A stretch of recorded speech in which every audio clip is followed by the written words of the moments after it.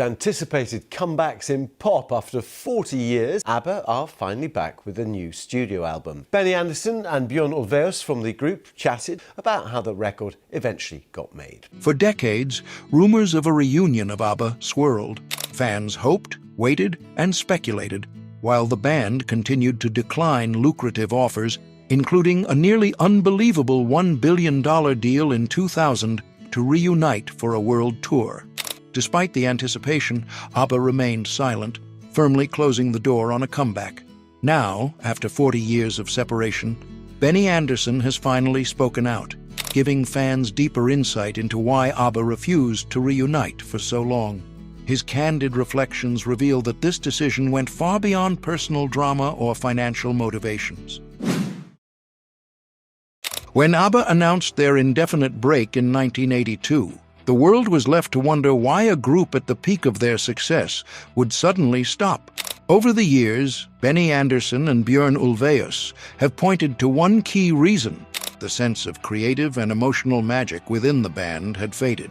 In an interview with The Guardian, Benny reflected, "Abba worked because we had a unique chemistry, but by the early 1980s that started to change. You can't force something like that. It either happens or it doesn't." This shift wasn't just about creative differences. The personal relationships within the band also played a significant role. The divorces between Björn and Agnetha in 1979 and Benny and Annie Fried in 1981 introduced a strain that, while managed professionally, inevitably altered the group's dynamic. Björn confirmed this in a BBC interview, saying, "We were still able to work together, but the closeness we once had wasn't there anymore. And without that, the music began to feel different, too." Benny and Björn, who were the principal songwriters of the group, also started to feel the pressures of maintaining Abba's global success. After more than a decade of non-stop recording and touring, the group was drained. In a 2014 interview with The Telegraph, Benny admitted, "By that time, it wasn't fun anymore. It wasn't animosity, but the spark we had during the early years had dimmed." Rather than risk tarnishing their legacy by continuing without the same energy and cohesion, the members of Abba opted to walk away. This sense of finality at the time wasn't about burning out on music itself. Benny and Björn immediately shifted to other creative projects, like their first musical, Chess, but they didn't see a path forward for Abba as it had been. For fans, the idea of losing the magic may seem hard to grasp, given the timeless quality of Abba's music. But for Benny, this clarity was essential. As he explained in 2021 during the promotion of Voyage, "We knew if we ever came back together, it couldn't be because other people wanted it. It had to feel natural, and that was something we simply didn't feel for decades." This commitment to authenticity became a defining principle for the band and one of the reasons why they resisted countless offers to reunite in the years that followed. Beyond the fading magic, personal and creative differences within the band also contributed to Abba's prolonged absence. Each member had a drastically different vision for their lives and careers after Abba, making a reunion increasingly unlikely over the years. For Agnetha Fältskog, the decision to step away from Abba was more personal than professional. After years in the spotlight and a demanding global tour schedule, she chose a quieter life, retreating to Sweden where she could focus on her family. Agnetha's aversion to public life became well documented, as did her fear of flying, which made touring a daunting prospect. Reflecting on her priorities in an interview with the Daily Mail, she said, "I enjoyed the music, but the fame became something I struggled with. I felt more at peace being out of the limelight." Annie Fried Lyngstad also moved on, embracing a private life in Switzerland where she focused on personal projects and selective music releases. For her, the end of Abba was a natural progression. In an interview with Expressen, she explained, "I felt that after Abba, I had done what I set out to do. I didn't feel the urge to revisit that part of my life." Meanwhile, Benny Andersson and Björn Ulvaeus found new creative outlets that satisfied their artistic ambitions. Their work on musicals, including the critically acclaimed Chess in 1984, kept them occupied and fulfilled. Björn pointed out in a conversation with The Guardian. We loved collaborating on new forms of music, and the theater gave us a way to explore storytelling in a completely different way. The focus of Andersson and Ulvaeus on forward-looking projects revealed a creative divide within the group. While Agnetha and Annie Fried moved away from music as a focus of their lives, Benny and Björn were embracing new challenges in composition and songwriting. Benny mentioned this issue during Voyage Press interviews in 2021. It wasn't personal, we were just in different places creatively, and Abba wasn't something that felt necessary anymore. Over the years, these natural evolutions in their personal and professional lives created greater distance between the members. Importantly, there was no animosity, but there also wasn't the shared ambition that had once driven the group. As Björn noted in a BBC interview, we remained friends, but we all needed time to grow separately. The Abba chapter was complete.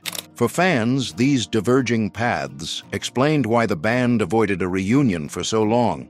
Abba no longer shared the united purpose that had propelled their initial success, and without that alignment, continuing the band simply didn't feel right to any of them. Despite their absence from the spotlight, Abba's cultural relevance never faded. Across the 1990s and 2000s, the band received multiple offers to reunite for concerts or tours, many involving astronomical sums of money. However, the group remained steadfast in their refusal, prioritizing integrity over financial gain. The most notable of these offers came in 2000, when a consortium reportedly offered Abba $1 billion to reunite for a 100-show world tour. The reaction from the band was definitive. They turned it down. Benny Andersson confirmed the offer publicly and explained their decision in later interviews. During a conversation with The Times, he shared, "If we had done it, it would have been for all the wrong reasons. Money has never been what drives us. We cared more about the quality of what we'd created than about the size of our bank accounts."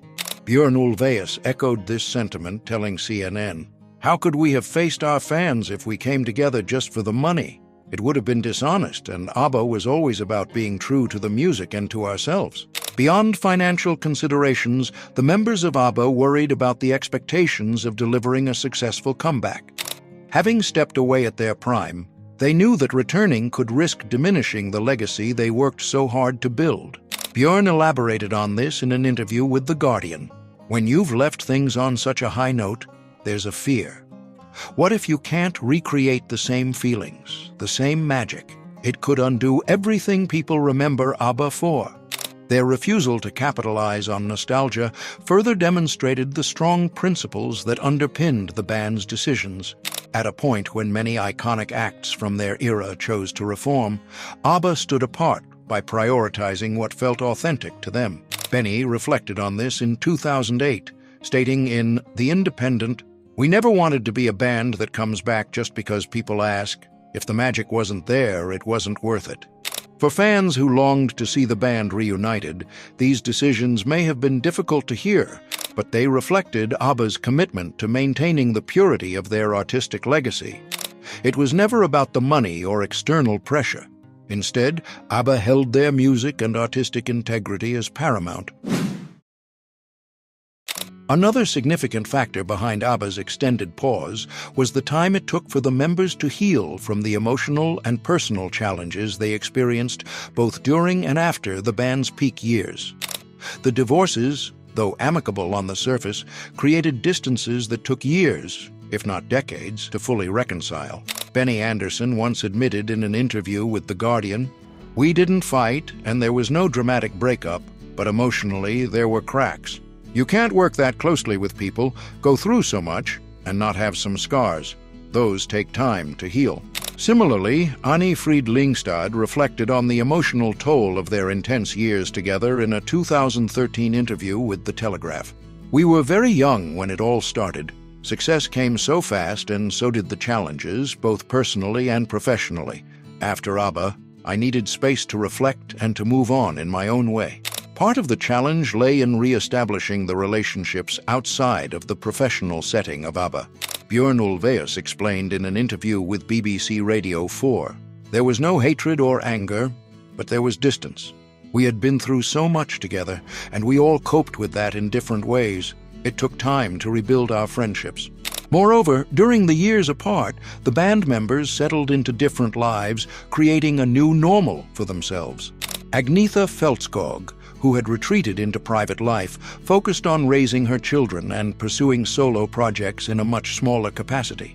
For her, the idea of revisiting Abba required emotional readiness. In an interview with the Swedish newspaper Aftonbladet, she said, "It's not just about stepping back into the studio, it's about opening a chapter you thought was closed and doing it with the right mindset." By the late 2010s, much of the emotional distance seemed to have faded, paving the way for a cautious reunion. Benny mentioned this during their Voyage press tour in 2021. Over time, we found our way back to each other, but not as Abba. First, it was about rebuilding friendships. Once that was in place, the idea of working together again felt less intimidating. Abba's extended refusal to reunite wasn't just a creative or financial decision. It was about navigating the emotional complexities that had arisen during their years as both collaborators and close friends. It was only after sufficient time had passed that they could approach the idea of making music together again with a sense of peace. After decades of waiting and creative divergence, the eventual push for an Abba reunion came not from nostalgia, but from an entirely unexpected source: technology. The idea of creating a virtual concert experience using avatars, digital recreations of their younger selves, offered the band a way to reconnect with their music without directly stepping back into the grueling world of live performances. This innovation planted the seed for what would eventually blossom into their 2021 album Voyage and the accompanying concert project. In a 2021 interview with the New York Times, Björn Ulvaeus explained the appeal of the project. "We were drawn to the idea of doing something futuristic. It didn't feel like we were going backwards, but rather forwards. That was the only way it made sense to us." While touring as their younger, digital selves felt less daunting, it also reignited a curiosity among the members to see what new music they could create together after decades of silence. The reunion wasn't rushed. It was a cautious and gradual process that began with experimental recordings. Benny Andersson noted during their Voyage press tour, "We didn't even know if we still had it in us to work together. We got into the studio as an experiment, just to see what would happen. To our surprise, the chemistry was still there. The recording sessions were described as relaxed, yet purposeful. This time, there was no pressure to deliver hit singles or match their past commercial success. Instead, the focus was purely on the joy of making music together again." Benny elaborated in an interview with The Guardian. "It felt natural. There wasn't any expectation, no big plan. We just let the music lead us." What cemented their return was the realization that the same energy and magic that fueled their early years as a band had unexpectedly resurfaced. Björn reflected during a press briefing, "It surprised all of us. We thought the door was long closed, but somehow it reopened, and it felt right this time." For fans, Voyage became more than just an album. It was proof that Abba's underlying chemistry was timeless. And for the group, it marked a moment of rediscovery, influenced as much by modern innovation as by their shared history. What do you think about Abba's Voyage and their virtual concerts? Was it an innovative way to bring their music to a new generation, or should they have left their legacy untouched? Let us know in the comments.